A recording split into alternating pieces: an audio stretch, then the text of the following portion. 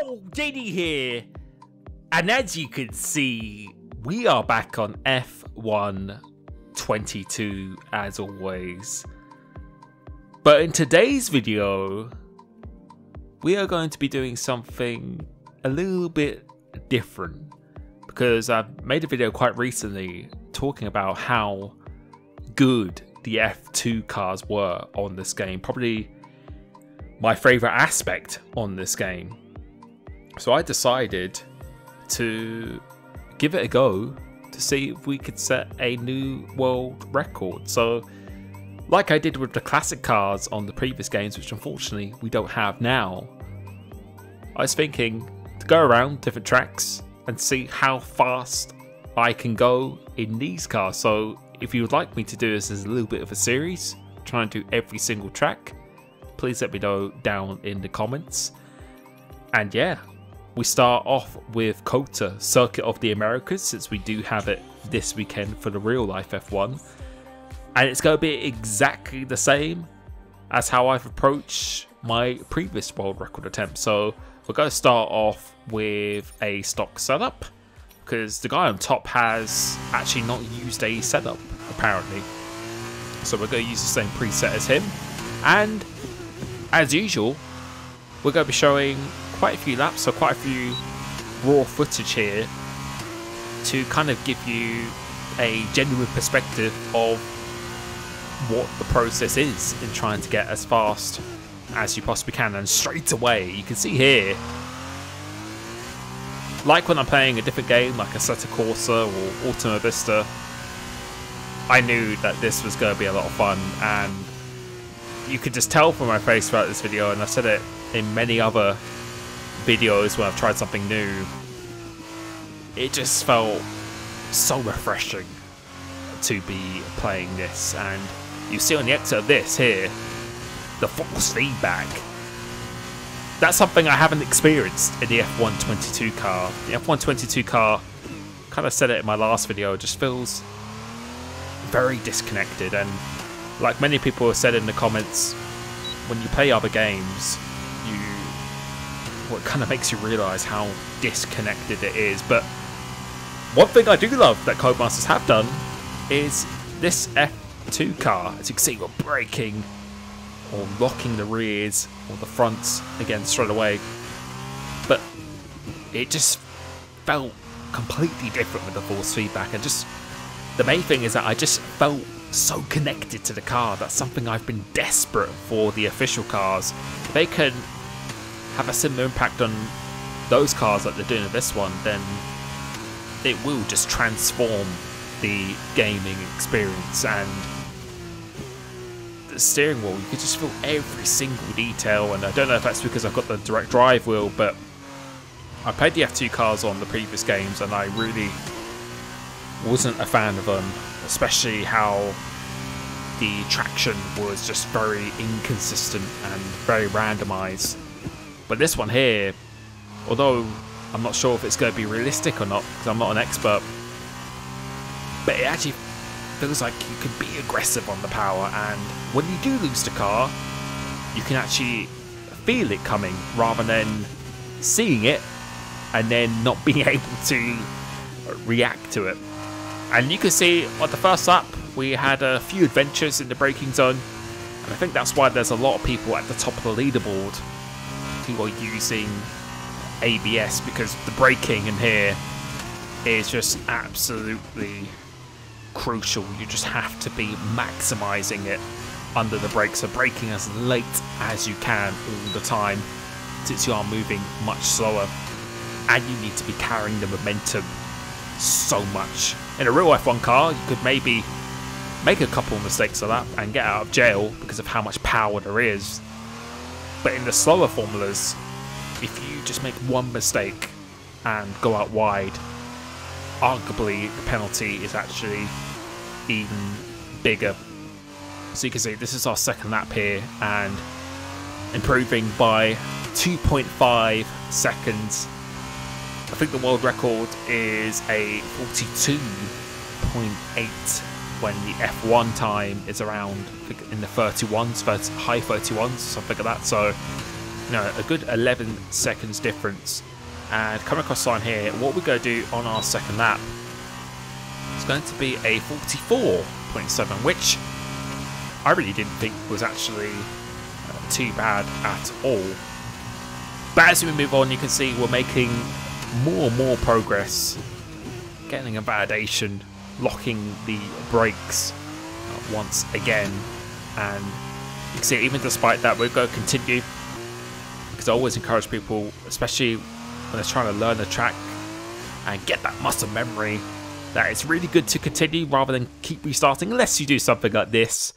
But I always advise people to keep continuing, to try and slowly but surely build that muscle memory, because if you keep on restarting all the time, once you have perfected sector 1, you don't have the muscle memory for sector 2, sector 3, or vice versa. But you can see making up quite a bit of time here, about 2/10 just through this section alone.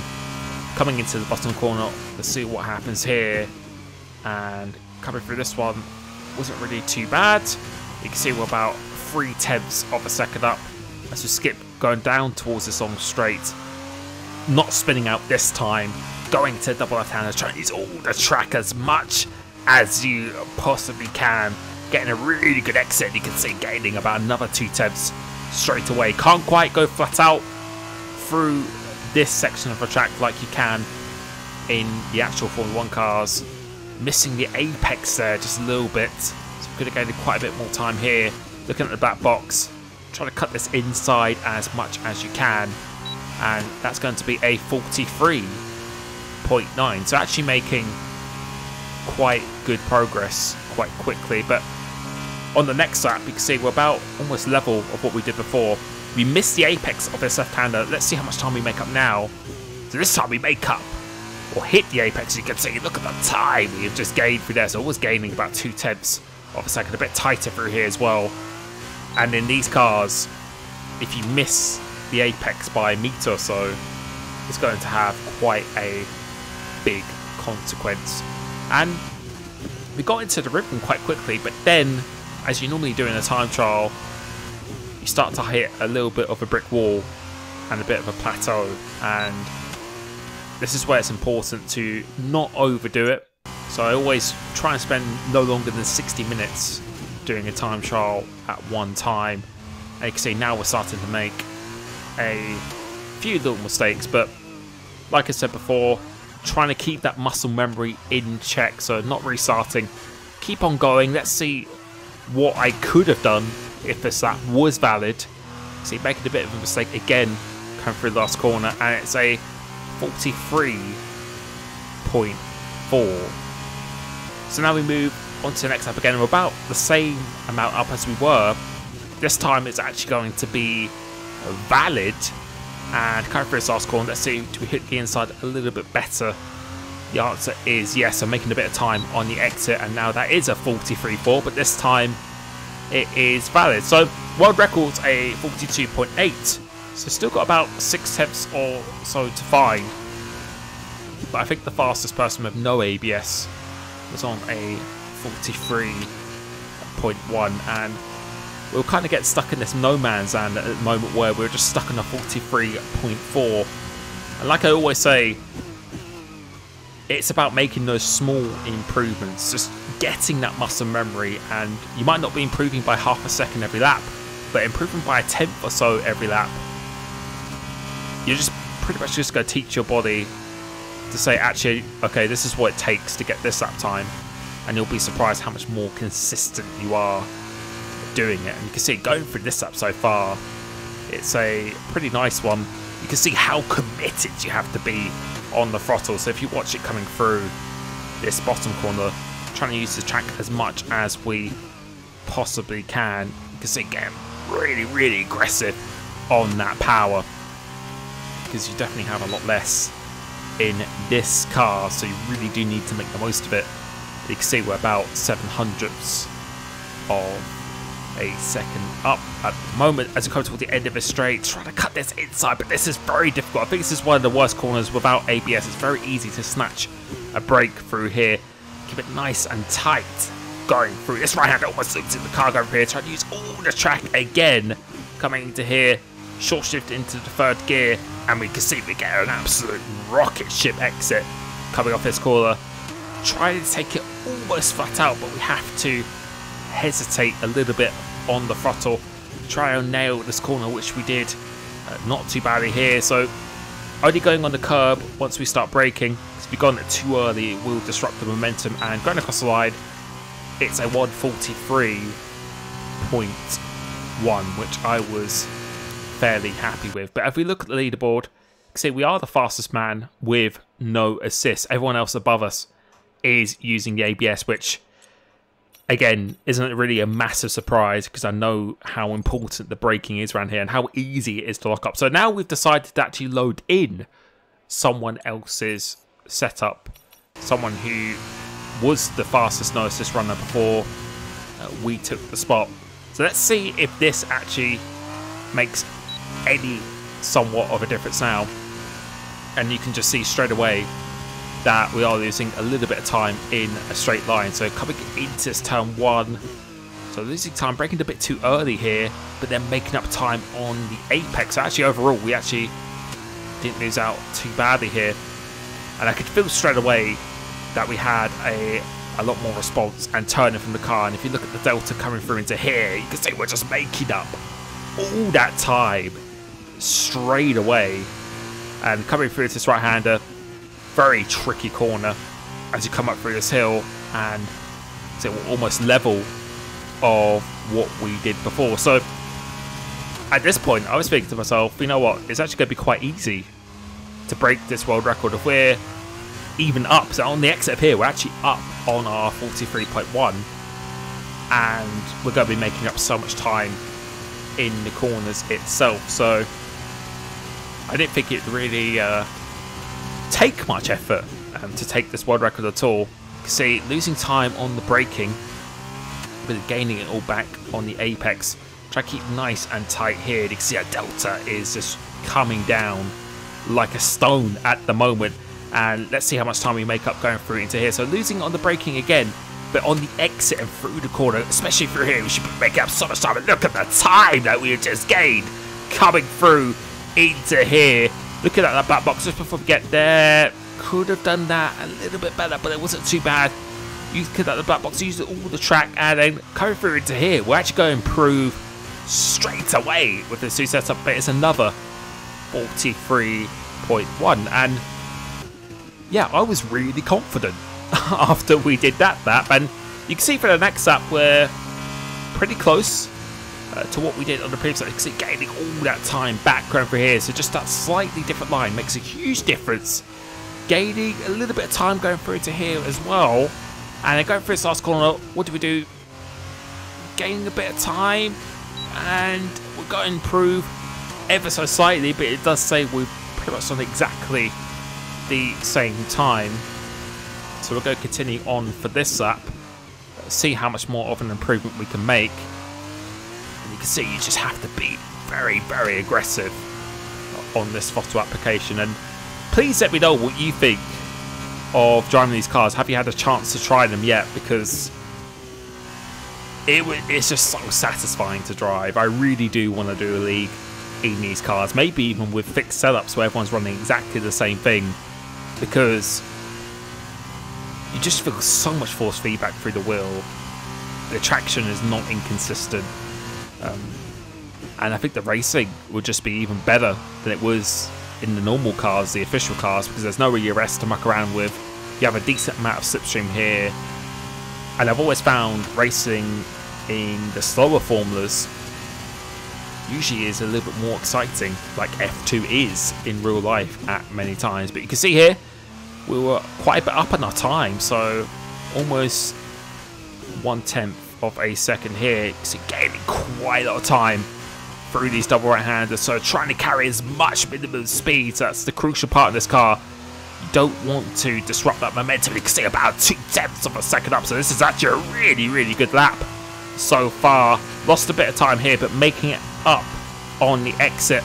Do we get a good apex into here? So yes, it's not too bad.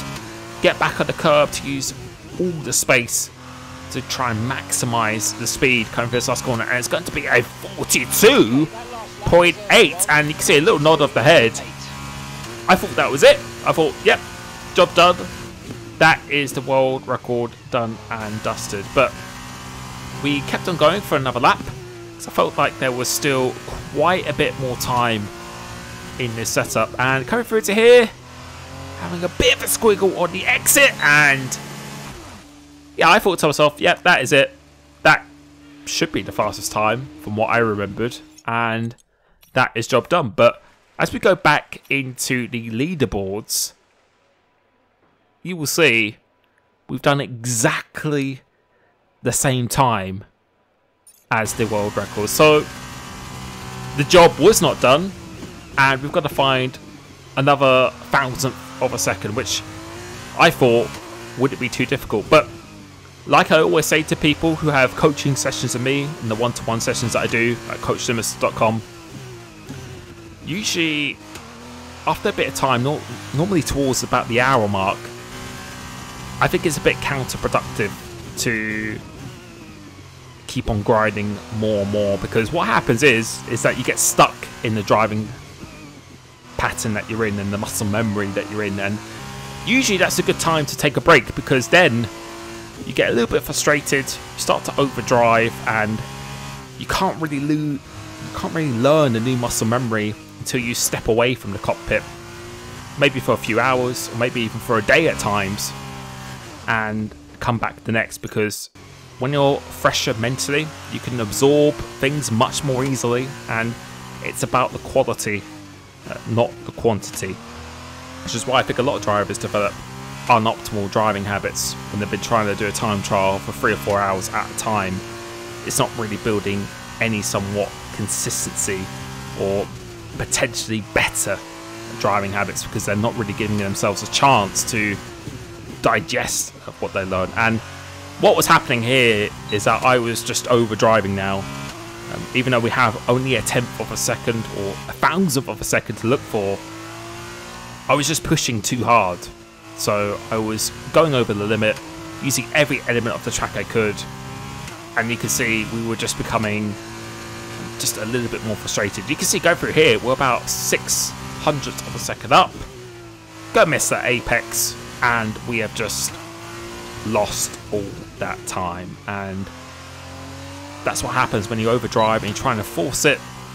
It just doesn't work. But now, this is the fastest lap that I did. So coming across the line, I'm going to talk through this lap.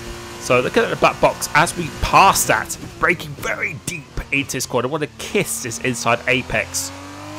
Get the wheel as straight as you can. Try and use this curb on the inside, and you can see that's a very good exit off turn 1. Complete flat out through into here. Hook the curbs on the inside. Go for here. Don't go too wide between his two right-handers. Use all the track nice and early, and then come in super wide. So try and hit the last part of this curb as you can, nice and early and to the left as you go up and then down the hill. And you can see we're only about 200ths of a second up. Using the green part of the track to maximize the amount of angle you have turning into the corner, and you can see we get a fairly good exit, but we are only 2,000ths up, which is enough for the world record at this stage. You can see we are sweating a little bit because we were doing this for a little while at this point. Just after the 150 meter board, using all the track, trying to hook the car on the inside here, so could have done that much better because he lost a bit of time going through into here, but then trying to keep up this minimum speed as much as you can, and we get such insane traction. Use all the track on the outside, short shift into third gear, get that power as early as you dare. And then kind of you want to be try to take as much speed as you can, little lift, and then straight back on that power. You can see we're about 700s up. Do we miss the apex this time? No, we don't. We do a very good apex this time.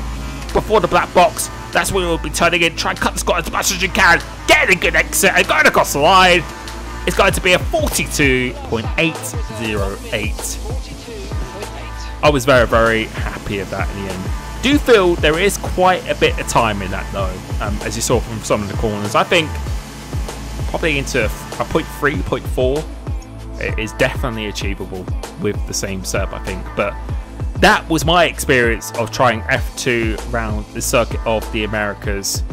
I really hope you enjoyed this. Please let me know what track you would like me to try next.